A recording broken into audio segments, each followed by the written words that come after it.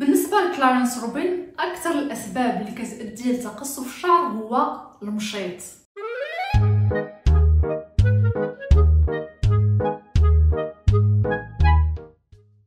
الفيديو اللي فات هضرت على نمو الشعر وكيفاش ان مرحله الاناجين كتاثر على النمو وعلى الطول ديال الشعر. بالمناسبه اللي مازال ما شافش الفيديو تقدروا تلقاوه في صندوق الوصف. ولكن قلت على ان النمو ديال الشعر بلوتو الطول ديال الشعر ما كتاثرش فيه غير الاناجين بوحدها، وانما كيأثر فيه واحد العامل واحد اخر، واللي هو كيفاش كنتعاملوا مع الشعرات ديالنا، واللي كيؤدي غالبا لتقصف الشعر. الوغ تقصف الشعر هو داك الشعر اللي كيتهرس وما كيطيحش بالجلده. دونك باش نعرفوا واش الشعر ديالنا طاح، كاين عندنا تساقط الشعر ماشي تقصف الشعر، بكل بساطه غادي نشوفوا داك الشعره هذيك ونشوفوا الاخر ديالها واش كاين هذيك واحد الكويره بيضاء.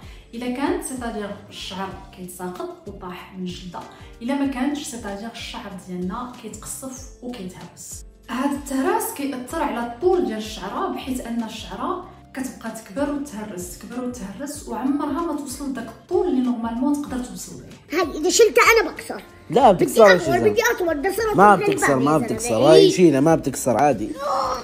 الوغ شنو هما الاسباب اللي كيؤديو لتقصف الشعر؟ قبل ما نهضر على الاسباب بغيت نهضر على باش مكونه الشعره ديالنا. الوغ الشعره مكونه بثلاثه ديال الحويجات: الكورتكس، لامويل ولا كيتيكول. لا كيتيكول هنايا مكونه بمجموعه طبقات، والدور ديالها هو الحفاظ على الشعره من اي عوامل خارجيه اللي تقدر تاثر عليها. قد ما كانوا هاد الطبقات مسدودين قد ما الشعره كانت محميه من اي حاجه تقدر تؤدي بها للتلف، وقد ما كانوا هاد الطبقات محلولين قد ما غادي تكون معرضه للتلف اكثر. كنشوفك اخويا غادي في الخسران حمادي.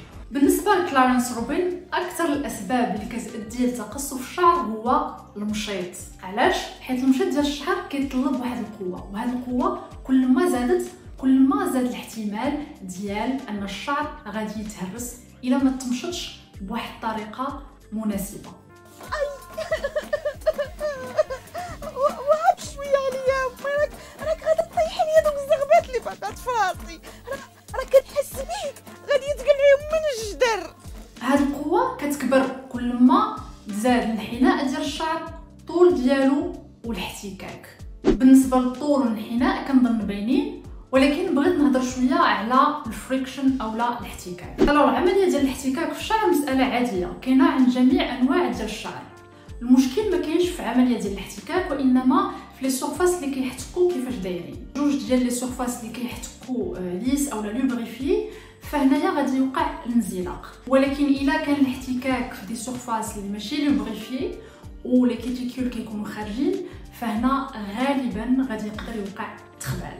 هنا نقدر نعطي واحد المثال بسيط ديال شي واحد كان لابس شي صباط كيزلق ومشى الجليد، فهنا غالبا غادي ينزلق. ولا الا كنتي مثلا لابس شي صباط اللي تحت ديالو قاصح ومشيتي كتمشى على واحد لا سورفاس فيها الحجره، فهنا غالبا رجليك غادي يبقاو شادين في داك لا سورفاس هذيك. الوغ كيف ما قلت، فاش كيكونوا لي سورفاس ماشي بيان لوبريفيي وكيوقع الاحتكاك اللي يقدر يؤدي للتخبال، هنا لا فورس اللي كدار بالمشيط كتكون مرتفعه بزاف، اللي غادي يقدر يؤدي لتقصف الشعر. الوغ الا كان المشيط من بين الاسباب الاساسيه اللي كتؤدي لتقصف ولا التهراس ديال الشعر، فشنو الحل؟ واش الحل هو اننا ما نمشطوش شعرنا؟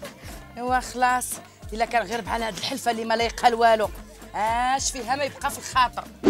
طبعا هذه القضيه ما يمكنش، ولكن خاصنا نعرفوا كيفاش نمشطوه، فوقاش نمشطوه، كيفاش نيفيتيو التخبال، وبزاف ديال العوامل وحده اخرى اللي خاصهم فيديو بوحدهم وغادي نقدر نهضر عليهم من بعد. من بين الحاجات اللي خاصهم يداروا هي اننا عاوتاني نحافظوا على الشعره وما نديرولهاش داكشي اللي يقدر يحل لي كيتيكول اكثر، بحال مثلا لي ليساج اللي يقدروا يحلوا لا كيتيكول. Just hold it a bit and then you're gonna work your way down and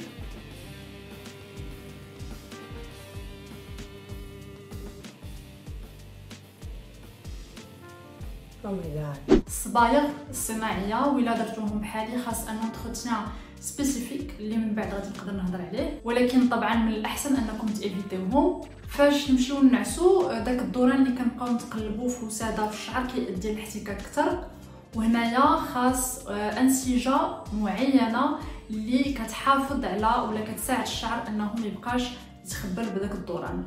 دونك من الاحسن الا لقيتو شي حاجه ديال لا سوا، وإلا ما كانش لا سوا شوفوا ساتان سوا ساتيني.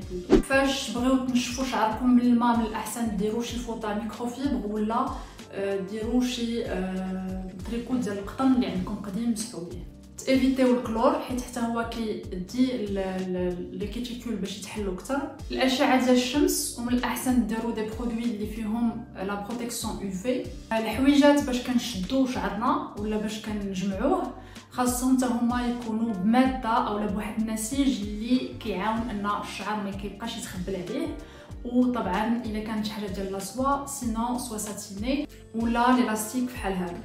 الوغ بكل بساطه التعامل ديالنا مع شعرنا كيحدد واش شعرنا غادي يطول ويكبر بطريقه طبيعيه ولا غادي يبقى يطول ويتهرس ويكبر بواحد الطريقه اللي ماشي نورمالمون هي اللي خاصو يكبر بها. فاذا بغيتو شعركم يطول، من بين الحويجات الاساسيه اللي خاصكم ديروا انكم تعرفوا تتعاملوا معاه، طبعا على حساب الطبيعه ديال شعركم كيفاش دايره، حيت كل شعر اي تونيك. نشوفكم في الفيديوهات الجايه وفي مواضيع جديده. حيان يا بنيتي بحالي انا، حتى انت يا امي انت ما عندكش الزهر حتى مع الشعر. اي راه الشعر اللي كيجيب الزهر ماشي الزهر اللي كيجيب الشعر. وبنيتي اش غنقول لك، راني درت جهدي وكنت راني جهدي باش حتى انت تولي بالقصه والسوالف. ساعه ما راتش الله. صافي صافي هاني ما بغيتش انا نمشط كاع. يلا شويه راه طيحتي ليا كتافي.